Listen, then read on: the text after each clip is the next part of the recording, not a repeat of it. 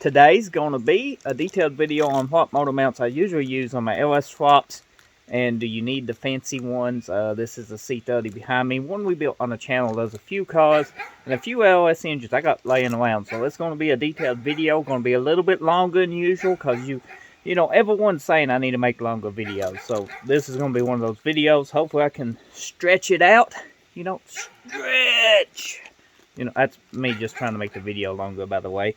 These is ls1performance.com adapters, you know, mounts. That's what's on this C30, what's on the LS swap Camaro, what's on the 2.8 S10 LS swap we did a long time ago.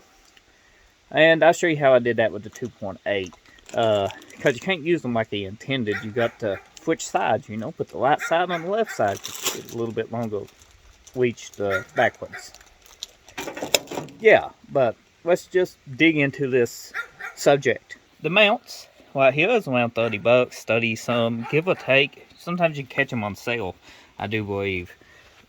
But you can see the mounts is here on this C30.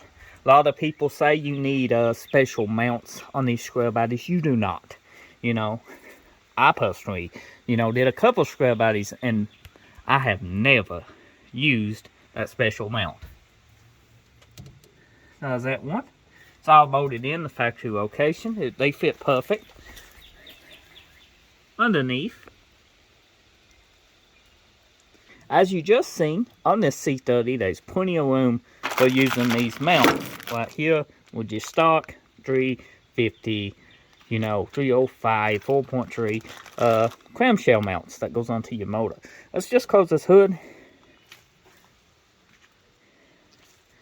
I would say it's a front pocket fine, but I ain't got a front pocket right now, so it's a side pocket, pant pocket kind of fine. Let's close this down and go check out another car. This engine here is for the second gen Camaro.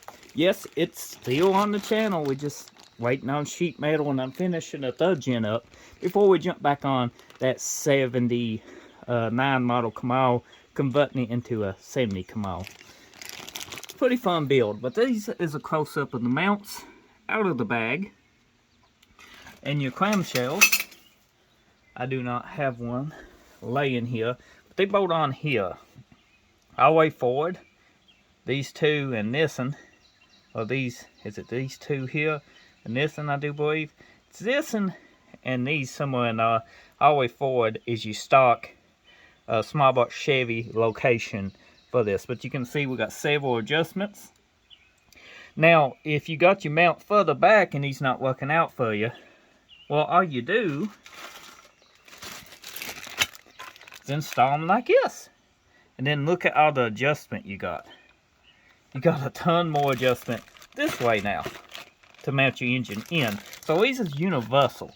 You know, you just got to think out of the box. And they ain't got the slides. I know a lot of people likes the mounts that you can slide and adjust, but with those, I have run into issues with the engine sometimes goes in crooked or all that. I like them pre-drilled, just where I can put the clamshells up, or like a welding set. But most of the time, if I got stock motor mounts and it was a stock V8 car, 4.3, V6 car, I use these mounts.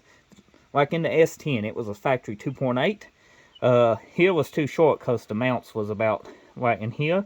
All I did was flip these around, and then I could bolt my clamshell on. It worked out good for that little 2.8 square body S10. This car is about finished. Just about. Don't have to worry about water. They holes in the floorboard, but we're going to patch him soon. I need a front finish wet sanding these front fenders, but this has got an LS in it too. We just recently got a battery for it, and it's running the same motor mounts. Can you see them? Look close. Look, come on. You can see those. The same motor mounts as we got here. Very simple to install them. I'm telling you, this is the only motor mounts you're gonna need if you got a small box Chevy. Well, I ain't gonna move that top because I want to keep this LS actually covered up. I don't want no water in it. Now, there are videos of us installing this in this car. Just go check out the third gen Camaro playlist. The whole build on this sexy third gen. You can tell I ain't wet sand this. That's got a little urethane wave in it. I did wet sand right there though. I ain't here. And that's from using medium reducer and putting it on very heavy. And it's drying with urethane wave. The back we have blocked down with a flat block. And you can see she's going to be smooth once polished. We polished them on the hatch already and cut it down. That's what the hatch is going to look like. Taillights look good too. We tinted those, clear coated them and tinted them. I got videos of doing taillights like this.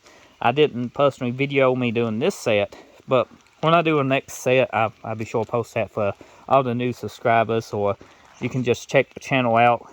It should be in paint and body playlist. I should have one tinting a few sets of lights with automotive clear coat.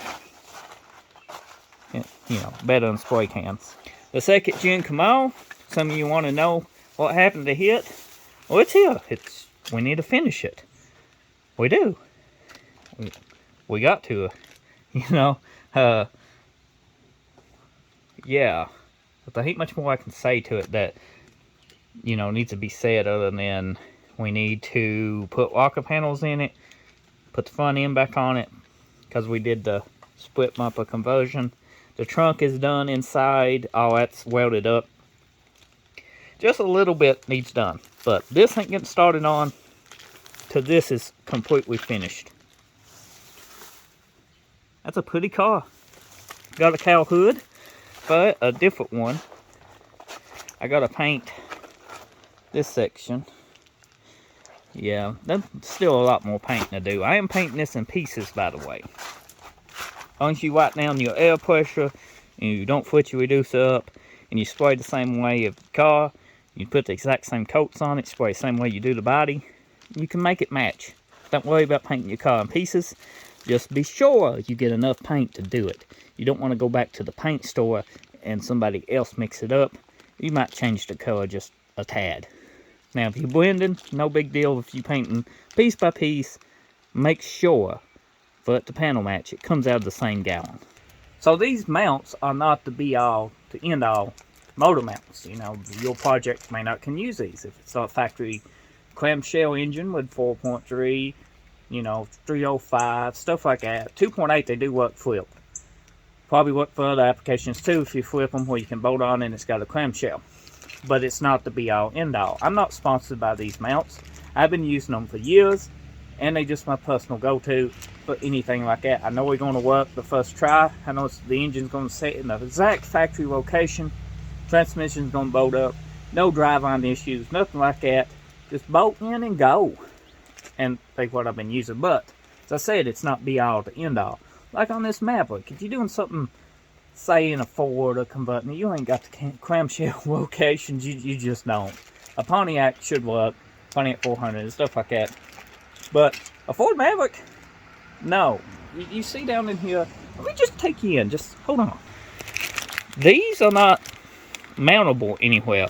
You could weld your clamshells here, but there ain't enough room. You would have to get a weld-in set of mounts for LS. Something like this, that comes up, and then the LS would set on. Kind of like an old school 50s model engine mount or something like that. They do make them, but they are welded in. I don't know if they make a bolt-on kit for LS swap or Maverick, but I have my heart set on LS swap in this car. That's because I'm a Chevy dude. But Ford's got a pretty body style. Take a look at that. Solid little car too. We actually pulled this out of the woods. It's going to go to waste. People just didn't want to fix it. But you know what? We'll fix it, hopefully. Hopefully. You know, I was thinking about not fixing it, but the more I went over the car, pulled the rear end out, you know, more solid it is. Back to the motor mounts. You would have to weld in a set to make an LS work. You probably have to raise the floorboard. So when it comes to putting LS in something that wasn't a factory Chevy, you know, wasn't factory with clamshells, it should work with, like I said, I had it personally work with 2.8 S10s. You just flip the things. Probably will work with about anything that uses clamshells. You can measure and just be, you know, precise and get everything, you know, set in. But for stuff like this, you got to weld. These mounts are not going to work for this. That's just my opinion. I could be proved wrong. I've been proved wrong many other times. But in my experience, something like this, you don't want to weld clamshells into or make purchase for the clamshells. Just usually easier to put in a weld in a mount that the LS set on, maybe with a bushing with one bolt style, or come up and go screw, you know, just like a tall mount. They even make solid mounts for these. This is a wheel steel car. And everybody says you got to run a front stump. Oil pan. Drops right in there. I'm going to be honest. Just my personal opinion. But I think you could get an LS in here with a front sump oil pan, no problem. And it won't interfere with nothing. Don't hold me to it. I might try it. We'll see in a future video. And it's starting to rain again. The S10. No, I'm not building that. I'm using that for parts. Okay, I might build it, but right now it's parts truck. If I change my mind, I have to buy parts back. And I've been using, you know, parts off of it. The Chevelle. The kind of clamshells you should have for these mounts to be direct bolt on is that style. You can see you have the upper mount that goes on to these from the engine, and then they just bolt on to that. You know, it's like a clamshell type style. You seen at the beginning of the video.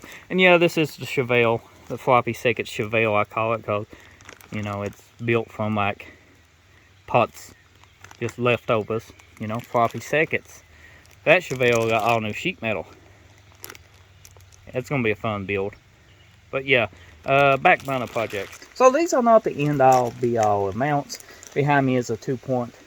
No, that's a 3800 series, not 2.8. Don't get the 2.8 out of your head, James. That's not an S10. It's got a big 3800 series 2 in it. Firebird. Would these work for that? Maybe. I ain't never tried it, but if you probably have to switch sides because these mounts is going to be further back in the engine bay than what this probably would give you movement for. Set up the way you should install it, so you would have to flip them like a 2.8 S10. I ain't tried it. If you tried it before, let me know in the comment section below. But we are going to build this Firebird on the channel. Going to use some parts from the other Trans Am, you know, the one we built previous on the channel. And yeah, but it's picking up. It's starting to rain. Hope you enjoyed this little bit detailed video of me rambling on about motor mounts. Check them out. And try them out. I ain't had no trouble out of them, and I flopped a mini of a car. A mini. I made homemade mounts and all that stuff, and just to bolt in and go.